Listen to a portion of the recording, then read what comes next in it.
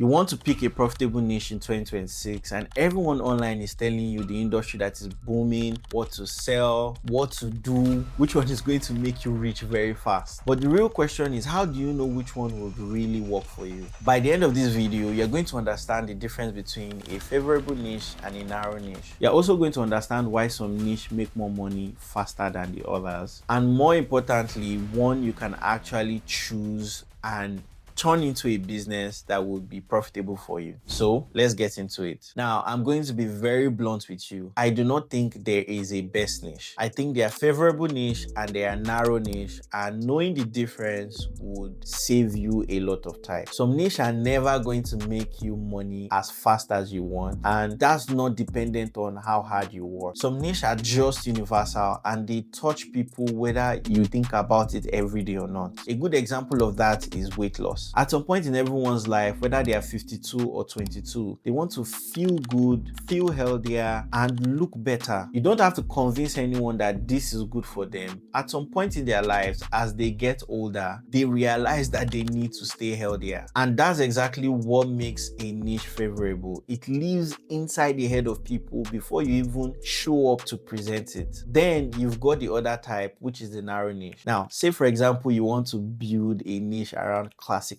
music. Now, classical music is really good, it's real, it's valuable, but you need to understand that it's a small sect of people. Not everybody wakes up in the morning wanting to just go online on Instagram and follow a classical musician. However, the audience for classical music is there and the community is alive. You just have to find your way into finding your people and connecting with them. And that's not going to be an easy job because it's a narrow niche. Neither weight loss or classical music is bad, but best believe one is going to move faster than the other. And that's just because one is favorable, it's engraved in the mind of people, while the other has to deal with a certain set of people that you have to find. And sometimes you see this exact same pattern in businesses too. A coffee shop that is located just by the train station can become profitable in just 1 month. And it has nothing to do with how hard they are working or how good the coffee is. But you already know thousands of people are heading to work every morning and they are probably going to stop by for a coffee. Its location is everything for it. Now, picture the other side of the extreme. A coffee shop is located 2 towns away, right? They sell geisha beans and it's from a farm in Panama called Hacienda La Esmeralda. You're already wondering, what does all of this mean? But to someone who loves coffee, that's trophy. They'll be willing to drive down 2 towns to get a taste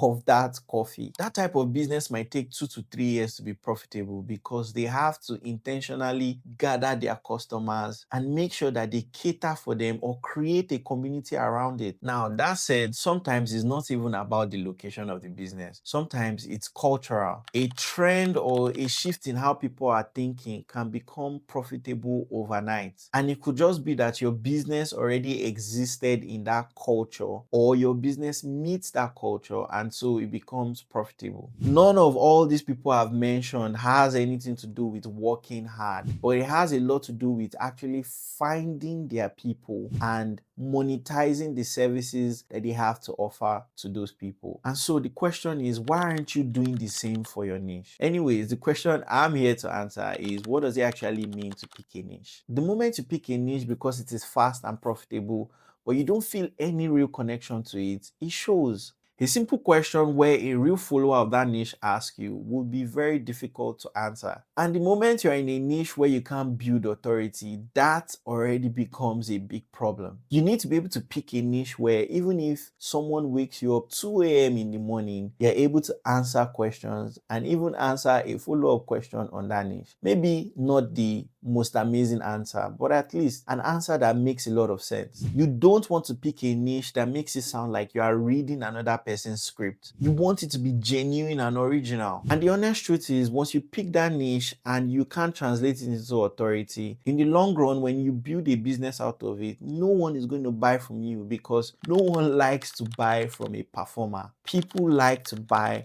from real connection and emotion. And so it goes without saying that picking a niche has to come from real connection. And when I'm talking about connection, I'm not talking about feelings, because at some point, you're going to have to build a business out of that niche, and feelings are not going to help you sustain that business. And so, out of a long list, I'm going to mention just 3 specific ways and easy ways you can pick something you are connected to as your niche. Number one, it can be a hobby.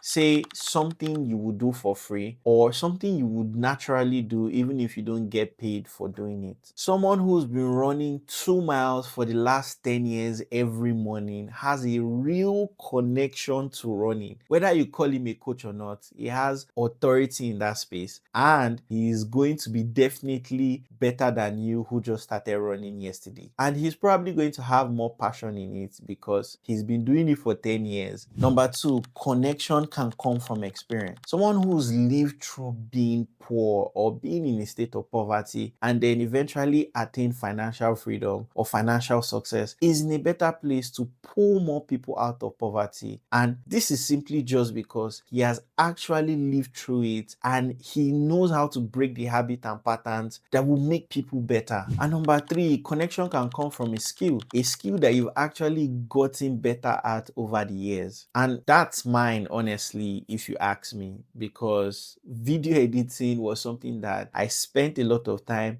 getting better at without having to even get any penny out of it. All three of these that I just mentioned can become businesses, and they are a real form of connections. The only thing you just have to worry about is that they all start and build from different places. Now, the next question is always the same. Once you find the thing that you're connected to, how do you turn it into something people can pay you for? I want to walk you through a real life conversation because it explains this better than I would just talking theory. I once had a consultation with a lady who told me she wanted to help busy people pray more. I'm talking about just regular people, busy 9 to 5 hours, or busy moms who can't just catch 15 minutes of their time in a day just to pray. And so I asked her if she genuinely felt connected to it, and she said yes, she was deeply connected to it. I honestly believed her because she was passionate about helping people pray more. So I told her, your job online isn't to prepare better prayer points or help these people pray better, but your job is to make them feel seen. And this is because the pain underneath this type of people is that they feel like their walk with God is basically in shambles. They feel dejected and they feel like the rest of their life is too loud to notice what they are going through. A consultation call would majorly be about creating timetables for people, realistic timetables which is going to follow them up on, right? Slots of times where they can find to pray. And remember, no two lives are the same, so it has to be custom specific. Now, obviously, she's going to have an objection, and the objection is just going to be simply, why pay an accountability coach to help me pray better when I can have a friend do that for me? Well, here's an honest answer from a fact. A 2015 study out of the Dominican University of California found out that the thing that worked with accountability isn't just about having a friend. They discovered that what really worked for a huge percentage of people is writing the goal down, reporting progress on a fixed schedule every week to someone, and making sure there's a structure around it that pinches you in the leg. Now, most friendships are not built on this existing structure. They are built from common interest and not a rigid lifestyle. And so the stakes are not so 100% high. And if someone skips a week, it could be fine. But the moment you start to pay for accountability, it actually starts to pinch you. And it is that pinching that gets you through to the end. And so I told her, if a client tells you are too expensive, I can get my friend to do this for me, that's not objection. That means she's in the right market. It doesn't have to end with one-on-one calls. She can build an event and bring in a handful of speakers who are also busy working, but have overcome being too busy to pray. Just having a room of people knowing that they are not the only ones struggling with this type of thing automatically sets that brand on a different level because now there's real connection of people. When people are willing to sit in a room and pay to be with people who struggle with the same thing that they struggle with, you have successfully built a business. Now, I'll leave that there. Whatever you do with this piece of information is up to you. That said, there is no single best niche. Some niche are just favorable and they already live in people's head, and so they would naturally move faster than the others, while some are just ultimately narrow and they don't already live in people's head. And this means that you have to find your people one at a time, but it being slow doesn't mean a lot of money won't come out of it at the end of the day. I genuinely believe that you can build money out of any niche. Some will just take a longer time than the others. The biggest mistake you'll be making is to pick a niche based on profitability, because at some point it will catch up with you. If you're going to build anything that is based on trust, in essence, a business, you would need to actually be picking something you are connected to, because buying is emotion. If you're a business owner or you're a professional who picked a niche off what someone said online, this is the most profitable niche to be in, and you actually went ahead with it, but then you realize it's something you are not connected to, click the link below and book a free call. Let's transform that, or let's fix that for you.